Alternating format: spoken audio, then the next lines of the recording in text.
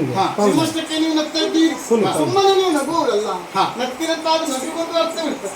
ನಾನು ಭಾವಿಸಿಕೊಂಡದ್ದು ಹೀಗೆ, ಈ ಜಗತ್ತು ನಿಮ್ಮನ್ನು ಗುರುತಿಸಿದ್ದು ತ್ರಿಲೋಲ ಎನ್ನುವ ಹಾಗೆ, ನಾನು ಬೆಳೆಸ್ತಾ ಇರುವುದು ಹಾಗೆ. ತರುಣಿ ಓರ್ವಳ ಆಕೃತಿಯನ್ನು ಮನದಲ್ಲಿ ಕಲ್ಪಿಸಿಕೊಂಡು ನಗ್ತಾ ಇರ್ಬೇಕು. ಹಾಗಾಗಿ ನಿಮ್ಮಲ್ಲಿ ನಾನು ಪ್ರಶ್ನಿಸ್ತಾ ಇದ್ದೀನಿ, ಅವನ ಆರ್ಯ ಮೇಲೆ ಮನವಾಯ್ತು ಹೇಳಬಾರ್ದು. ತರುಣಿಗೆ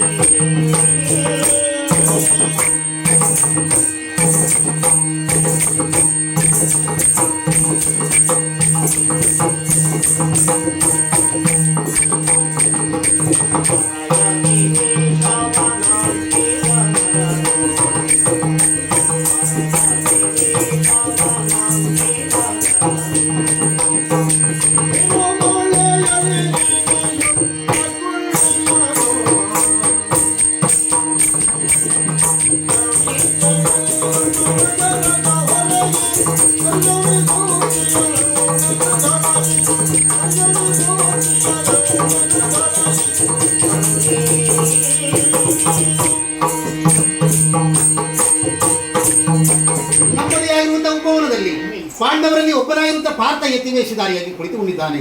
ಇದಕ್ಕೆ ಕಾರಣ ಏನು ಗೊತ್ತಾ? ನನ್ನ ತಂಗಿಯಾದಂತಹ ಸುಭದ್ರೆಯನ್ನು ಕೌರವನಿಗೆ ಕೊಡಬೇಕೆಂಬುದಾಗಿ ನಮ್ಮಣ್ಣನಾಗಿರುವಂತಹ ಬಲರಾಮ ಆಲೋಚನೆ ಮಾಡಿಕೊಂಡದ್ದು. ಪಾರ್ಥನಿಗೆ ಕೊಡಬೇಕೆನ್ನುವುದು ನನ್ನ ಉದ್ದೇಶ. ಪಾರ್ಥನ ಸ್ಥಿತಿಯನ್ನು ಅಣ್ಣ ನೋಡಿದೆ ಹೋದಾದ್ರೆ ಅರಮನೆಗೆ ಕರೆದುಕೊಂಡು ಹೋಗಿ ಇವನನ್ನು ಪೂಜಿಸಬಹುದು.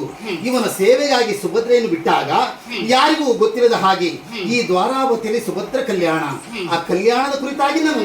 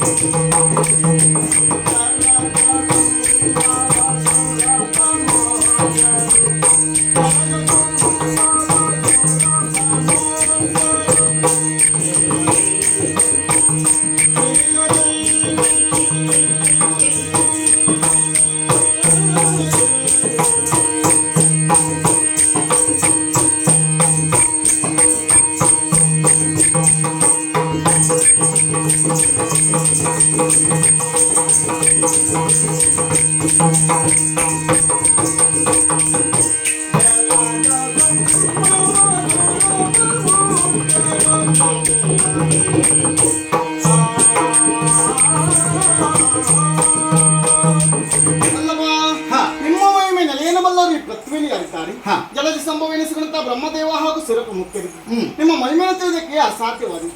ಮಹಿಮೆಯನ್ನ ಬಲ್ಲರು ಎಲ್ಲ ಎಂದು ಅರ್ಥೈಸಿಕೊಳ್ಳಿಕ್ಕೆ ಅಸಾಧ್ಯವಾಗಿರುವಂತಹ ವಿಶಿಷ್ಟವಾಗಿರುವಂತಹ ವ್ಯಕ್ತಿತ್ವ. ನನ್ನ ನಿರೀಕ್ಷೆ ಸುಭದ್ರ ಕಲ್ಯಾಣ ನಿರ್ವಿಘ್ನವಾಗಿ ಸಾಗಲಿ ಎನ್ನುವ ಹಾಗೆ ನಾನು ಕೂಡ ಆಶಿಸುತ್ತೇನೆ. ಲಕ್ಷ್ಮೀ